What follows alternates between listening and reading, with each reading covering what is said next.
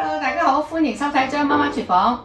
今日咧，我好開心喎，有朋友咧送個電飯煲俾我做生日禮物。咁佢仲話呢個飯煲咧煮出嚟嘅飯咧，同普通一般嘅電飯煲煮出嚟嘅飯咧係好食好多嘅喎。好啦，咁我將呢份喜悅咧同大家一齊分享，睇下呢個係咩飯煲嚟先。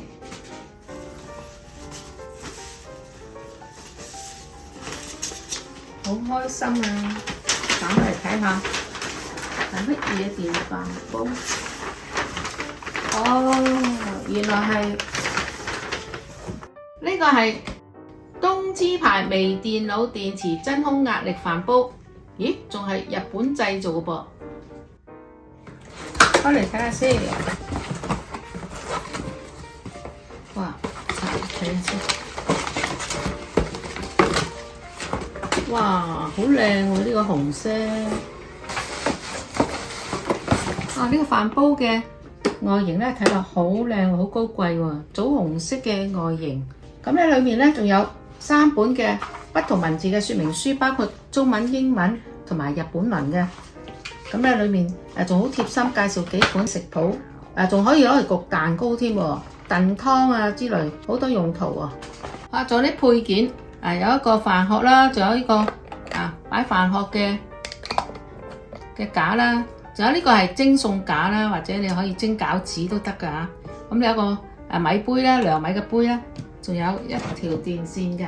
咁我哋睇下裡面啦，裡面呢個內鍋咧係用5毫米防黏易結塗層嚟做嘅，係一個鑽石銅鍋，佢較其他品牌嘅防黏塗層係厚啲嘅，所以咧佢傳熱就更加強勁，導熱性係高啲啦，受熱當然係均勻咗嘅。咁佢個微釜底設計咧係增強佢熱力嘅沸騰，60度圓角底部嘅設計咧係有助熱力嘅傳遞啦，40小時保溫功能。當然你打開咗個飯煲之後，佢嗰個真空保溫當然就係冇咗㗎啦。而真空壓力 IH 磁應電飯煲就可以360度用熱力包圍內鍋發熱啦，令熱力可以更均勻傳遞之外，更利用真空壓力技術，令到啲米飯烹調至最佳嘅狀態。好啦，咁我哋而家嚟試下呢個飯煲，睇下煮出嚟嘅飯係咪真係咁好食呢？咁我哋用佢嘅量米杯量咗米咧，咁好似平時咁洗米。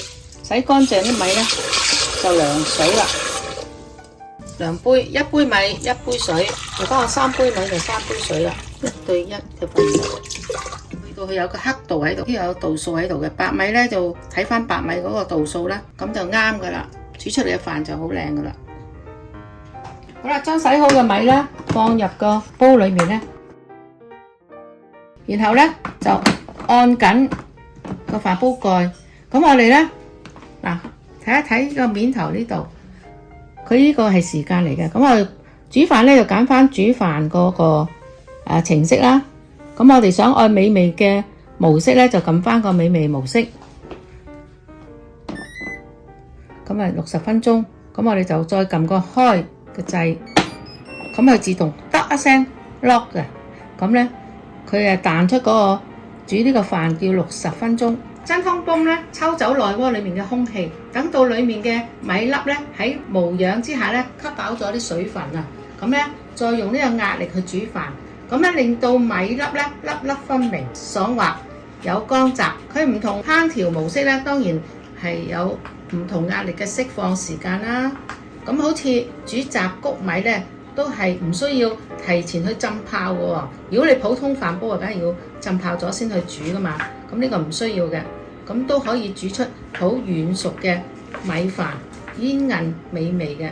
因為傳統嘅電飯煲嘅傳熱方式係由下至上，即係令到底層同埋面層嘅飯粒受熱就不均勻啦，所以口感係唔一致嘅。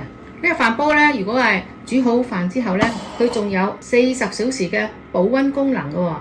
當然打開咗飯煲之後呢個真空保溫梗係冇咗啦，係咪？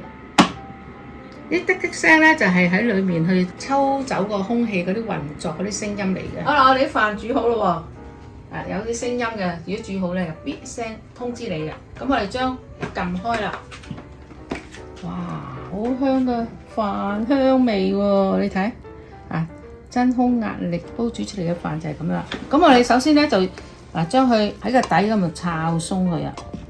咁咧佢一陣啲飯咧就會粒粒分明啊！哇，好香飯味。咁我哋就將佢裝飯啦。食飯啦！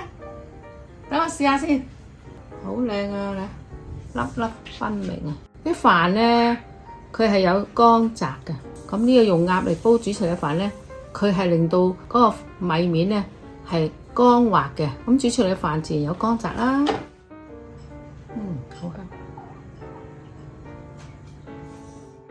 食到有飯香味啦。嗰啲米爽身軟熟，真係同嗰啲普通飯煲煮出嚟嘅係唔同喎，真係有啲香甜嘅味道。有幾個佳肴啲小菜嚟配襯，當然十分之好啦，係咪？好啦，食飯啦，開飯啦！唔知大家朋友有冇呢個飯煲咧？如果有咧，可以同我互動一下喎，留言話俾我知呢個飯煲有乜嘢好處，同埋令你煮到一餐靚嘅飯。如果中意我今日嘅介紹，記得俾個 like 啦，仲有訂閱頻道喎，留意我 Instagram 同埋 Facebook 啦。我頻道咧有成幾百條嘅食譜影片嘅，都歡迎大家上去瀏覽一下嘅。好啦，多謝大家今日收睇，下次見，拜拜。